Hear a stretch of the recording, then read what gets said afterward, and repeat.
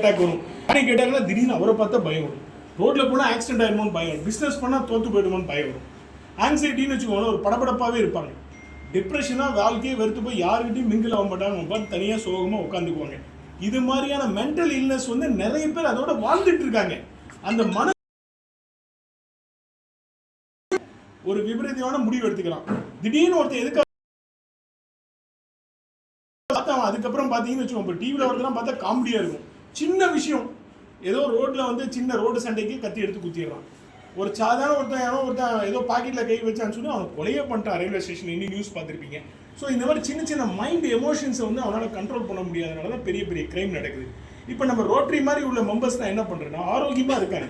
நம்ம 20-22 வருஷமாக பார்க்கும்போது என்னன்னா, டெய்லி வீக்லி மீட்டிங் அது மந்த்லி ட்வைஸ் வந்து பார்க்கும்போது நம்மளோட ஸ்ட்ரெஸ் எல்லாம் என்ன ஆகுதுங்க, குறையுது. ஸோ நம்ம சோஷியல் வெல்பீயிங், நம்ம மனுஷன் வந்து மற்றவங்களோட மிங்கிள் ஆகி சந்தோஷமாக வாழும் போது மட்டும்தான் நம்ம பாடி ஸ்ட்ரெஸ் ஆகும். ஸோ அதுக்கு எக்ஸாம்பிள் இப்போ நம்ம நியூக்ளியர் ஃபேமிலி, அப்போ ஜாயின்ட் ஃபேமிலி. எப்போ மனநல ஆரோக்கியமாக இருந்தது சார்?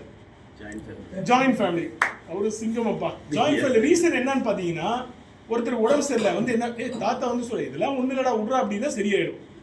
இன்னொருத்தர் இப்போ நம்ம தனியாக ஃபேமிலி இருக்கு, என்ன சொல்லுவான், அந்த பையன் வந்து ரொம்ப கேஜெட்ஸ் அடிக்டாக இருக்கலாம், லோன்லியாக இருக்கலாம், டிப்ரெஸ்டாக இருக்கலாம். அவன் வந்து சோஷியலாக வரமாட்டான். கேஜெட்ஸ் யூஸ் பண்ணாலும் மைண்டு டிப்ரெஸ் தான் ஆகும். வெளியில் வந்தால் தான் மைண்டு ஹாப்பியாக இருக்கும். இப்போ நம்ம மீட்டிங் வந்து ஹாப்பியாக இருக்குமா, வீட்டுக்குள்ளே இருந்தால் ஹாப்பியாக இருக்குமா? வெளியில் வந்து சிவம் சார், கிருஷ்ணன் எல்லாத்தையும் நம்ம ஃப்ரெண்ட்ஸ் எல்லாம் பார்க்கும்போது ஒரு சந்தோஷம் வருது. இப்போ ஆராய்ச்சிப்படி என்ன சொன்னால், social wellbeing is very very very very important. மற்றவங்களோட மிக்ஸ் ஆகி மிங்கிள் ஆகி பழகி ரொம்ப ஜாலியாக இருக்கிறது தான் very very important sir. So மன ஆரோக்கியத்துக்கு பார்த்தீங்கன்னா எல்லோரோடையும் பழகலைன்னா ஒன்றுமே பண்ண முடியாது. ஸோ நம்ம மிக்ஸ் ஆகணும், எமோஷன்ஸை கண்ட்ரோல் பண்ணணும், சைக்காலஜிக்கலாக மூவ் பண்ண தெரியும். இப்போ நல்ல ஒருத்தரோட சைக்காலஜி தெரியாமல் நம்ம அட்டாக் பண்ண முடியாது. ஒரு டென்ஷனாக இருக்கேன் இன்றைக்கி வேணாப்பா, நாளைக்கு போய் பார்த்துக்கலாம். ஒரு பிரச்சனை வருது சார், அதை வந்து எப்படி திங்க் பண்ணுறான், எப்படி ஃபீல் பண்ணுறான், எப்படி ஆக்ட் பண்ணுறான், இதுதான் சார் ஒரு பேசிக்காக சொல்ல போனீங்கன்னா ஒரு பிரச்சனையை எவன் எப்படி எதிர்கொள்கிறான்றது இம்பார்ட்டன்ட். இப்போ அவர் வந்து ஒரு பிரச்சனையை ஒரு மாதிரி திங்க் பண்ணுவார், நான் ஒரு மாதிரி திங்க் பண்ணுவேன், சார் ஒரு மாதிரி திங்க் பண்ணுவார். இப்போ சாருக்கு ஒரு 2 lakhs லாஸ் ஆச்சு, அவர் பெரிய பிஸ்னஸ், இதெல்லாம் போனால் நாளைக்கு சம்பாரிச்சிக்கலாம். 2 lakhs போயிடுச்சு, ஐயோ போயிடுச்சு, நான் என்ன பண்ணுவோம், ஐயோ போச்சுடான்னு உட்காந்துருவேன். ஸோ இந்த மாதிரி யாரும் எப்படி திங்க் பண்ணுறானோ அது மாதிரி தான் மூளை பாதிக்கும். எப்படி ஃபீல் பண்ணுறான், ஒரு பிரச்சனையை அவன் எப்படி உணர்றான், அந்த உணர்வுபூர்வமான பிரச்சனைக்கு தகுந்த மாதிரி தான் அவனால் ஆக்ட் பண்ண முடியும். ஒரு பிரச்சனையை ஒரு சாதாரண இருந்தால் சார் ஒரு உணர்வுபூர்வமாக பேசுகிறாரு, அந்த பிரச்சனையை வந்து ஃபீல் பண்ணாத அதுக்கு தகுந்த மாதிரி அந்த உணர்வு இருந்தால் அதுக்கு தகுந்த ஆக்ட் பண்ணுவான். ஒருத்தர் சாதாரணமாக ஒரு விஷயம் சொல்ல, சாப்பிட்டியாப்பா, நானே காசு இல்லாமல் பட்னியாக இருக்க, சாப்பிட்டியான்னு கேட்டால் அவன் டென்ஷன் ஆகிடுவான். உண்மையாக சாப்பிட்டு போய் கேட்டால் என்ன பண்ணுவோம், சாப்பிட்டியான்னுவான். ஸோ ஒரு கிவன் சுச்சுவேஷனில் அவன் எப்படி ஆக்ட் பண்ணுறானோ அதான் very very important sir. So இது வந்து மென்டல் ஹெல்த் வந்து பெரிய பெரிய பெரிய பெரிய பெரிய சப்ஜெக்ட் சார்.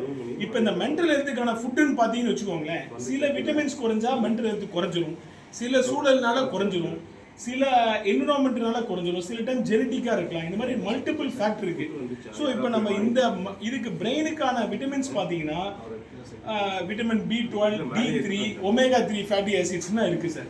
இந்த விட்டமின்ஸ்லாம் இருந்தால் பிரெயினோட ஹெல்த்துக்கு வந்து நல்லா சப்போர்ட் பண்ணும்.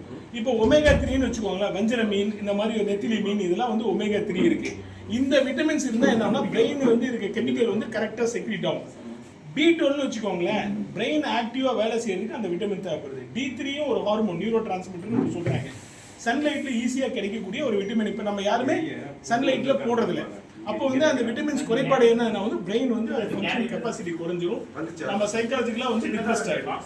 ஸோ மைண்ட் ஆரோக்கியமாக இருக்கணும், மென்டல் நல்ல ஆரோக்கியமாக இருக்கணும்னா நம்ம எல்லாருமே எல்லா பிரச்சனையும் எப்படி எதிர்கொள்றோம், சின்னதாக சிம்பிளாக எடுத்துக்கணும், ஸ்ட்ரெஸ் ஆகக்கூடாது.